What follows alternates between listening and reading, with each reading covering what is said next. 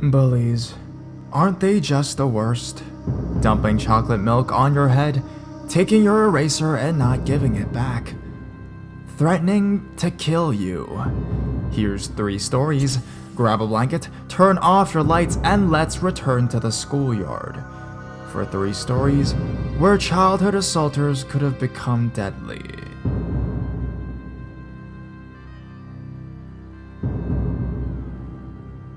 Creepy bully comes back. So while I was reading all of these stories, I remembered one of my own.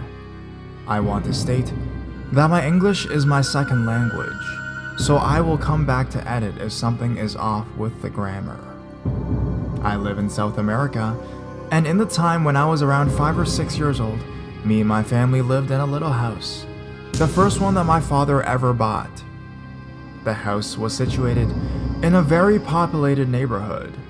People living there didn't have a high income, but they were all really nice and warm people.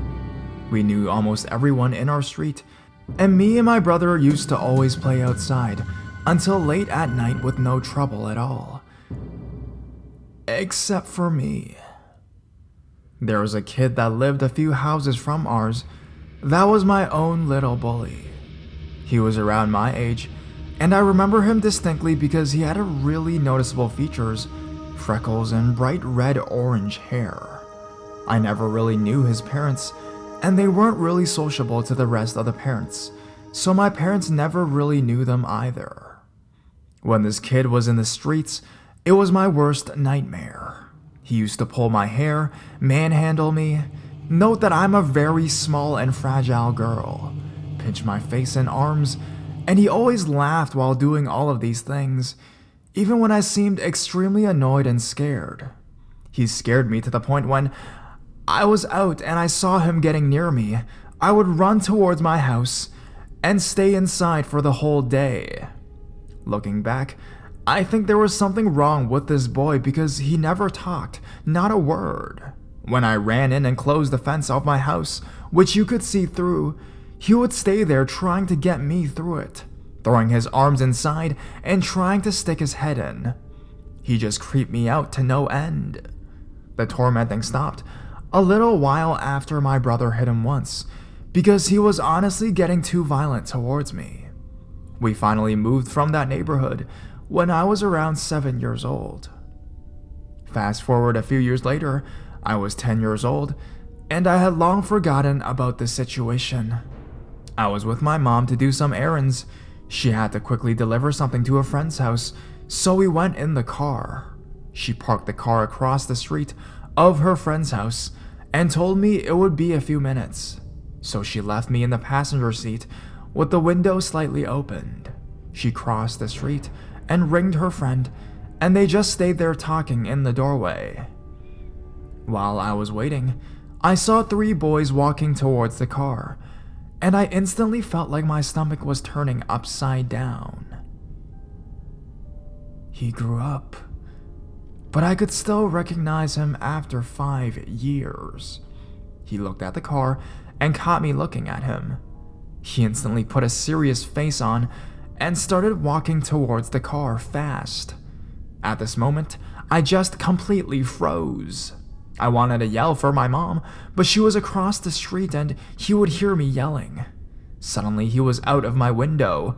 I kept looking straight, but I could feel him just staring at me. He didn't say anything.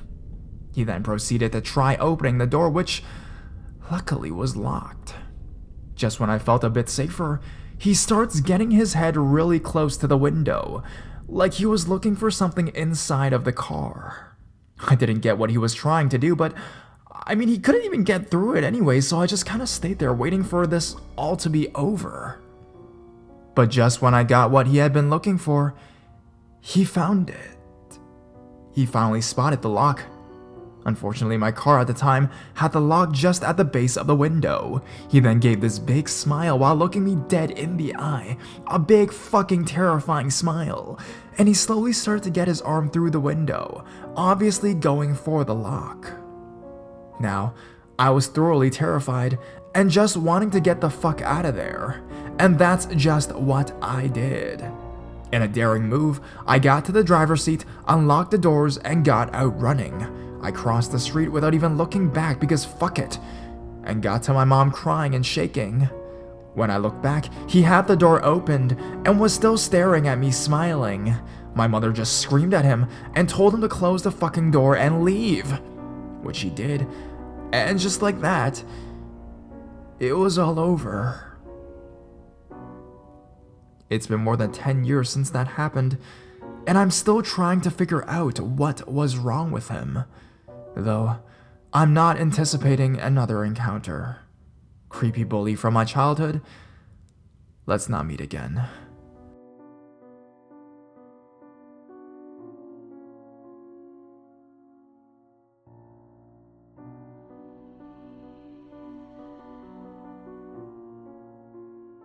Psycho bully.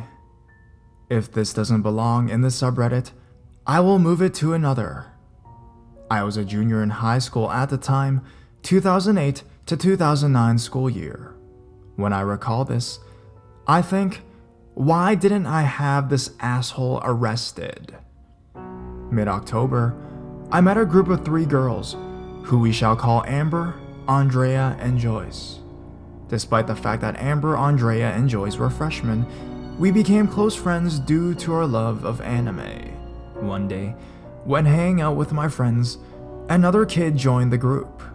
I'll refer to him as Matt for this story because just thinking of the kid makes me sick. Matt was a bit odd, but nothing seemed to set off red flags. Within a week, that changed. Matt pulled my hair ties out and punched me in the stomach more than once. Did I go to the principal? Of course not. I was too intimidated by him. What if this guy threatened to, or actually hurt me? Matt blamed his behavior on his parents' divorce when he was 10 years old. He was about 16 at the time, and a shitty home life. What kind of excuse is that for punching people? December 2008. This pretty much confirmed that Matt was a psycho, and I should be fucking terrified for my safety. Joyce, Andrea, Amber, Matt, and I were sitting by the vending machine near the chorus room and band room. We called it the emo corner. I took out a copy of the Hellsing manga and started reading. Matt saw the book and said, "Bring the books in tomorrow. I want to borrow them. If you don't, I'll break your nose." I sat there for a minute, scared of what to do. This kid means business, and I realized he'd manipulate the situation to make it look like I was the aggressor. I ended up running to the bathroom to think.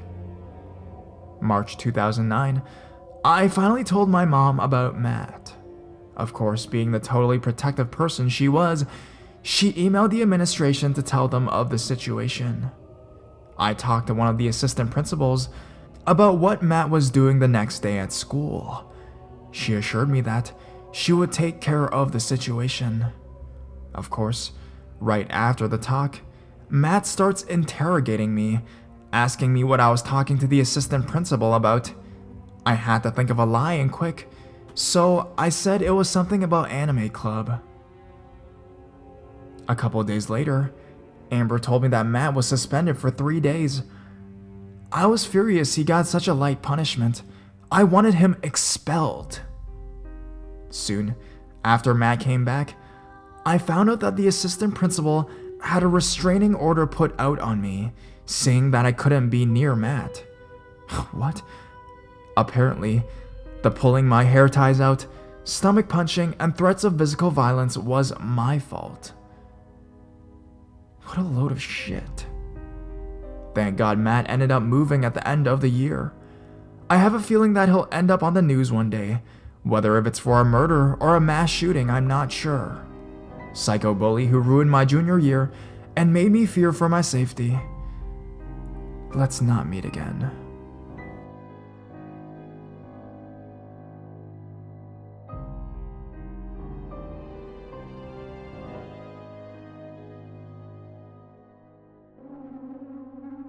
Middle school bully is now in jail.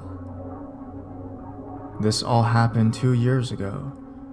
I'll have to look for the article to remember the date a bit better, but it still makes me shudder in disgust to have known somebody who could be involved in such a thing.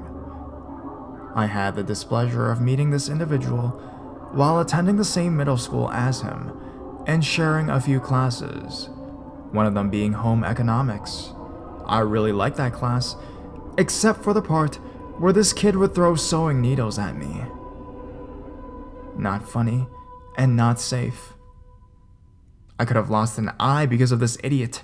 I admit I wasn't the best looking kid or the most popular, but I did blossom later on in high school. And just because I was an awkward fatty with glasses didn't give him the right to bully me anyways.